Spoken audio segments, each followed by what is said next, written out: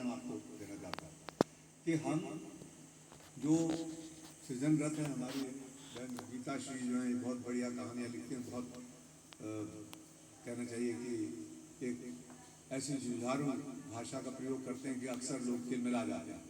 लेकिन वो उसका भी संबंध जो है, अंतर संबंध इस एक विचार से है कि हम कितने उद्वेग पैदा कर सकते हैं। हम अपनी भाषा में वो तीव्रता, तेजी, वो जो तत्काल हमारा विषय दूसरे तक पहुँच कर सकते हैं। और ये जो है एक आदर्श है भाषा का, जो फिर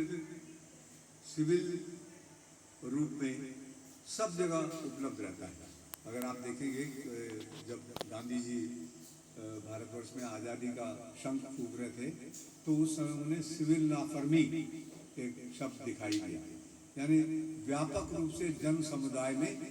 अवज्ञा, और इस अवज्ञा को उन्होंने हथियार बनाया, सत्याग्रह का हथियार बनाया। ये छोटा सा उदाहरण जो हमारे पिछले समय से है, लेकिन हमारे यहाँ जिन मनुष्यों ने भाषा के द्वारा कल्पना की है, उन्होंने हमारे लिए एक ऐसा आसमान, व्याप्त रूप से बड़ा आसमान सामने रखा जिसे हम छू नहीं सकते। उनके यहाँ एक पद है जो कि औपनिषदिक पद है, मैं आपको बताता हूँ। अनुद्वेगकरम वाक्यम सत्यम प्रियहितम च तत्,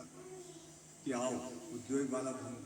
रच सकते हैं, हम अब अनुद्वेगकारी वाक्य रचें, अनुद्वेगकारी वाक्य। आप जितना भी महान साहित्य संसार का पढ़ेंगे, आधुनिकतम तक महान साहित्य पढ़ेंगे, आप जो है आप मैक्सिकन कवि ऑक्टेवियो पाज की कविताएं पढ़ें, आप किसी की पढ़ें, उसमें उद्वेग की सारी चेष्टा में अनुद्वेग को प्राप्त करने की इच्छा हो। अब ये बहुत जटिल बात है, ये मैं सोचता हूँ जो नए मस्तिष्क हमारे सेकंड लैंग्वेज की ओर आ रहे हैं वो इन चीज़ों से थोड़ा लड़े। और इस सेमिनार का लाभ ये है कि इन सब चीज़ों की सुरक्षा के लिए जिस तरह से कि भाषिक सामग्री पर काम करने वाले सृजता, लेखक इत्यादि उस पर ध्यान देते हैं, ऐसे हमारे समाज में सार्वजनिक रूप से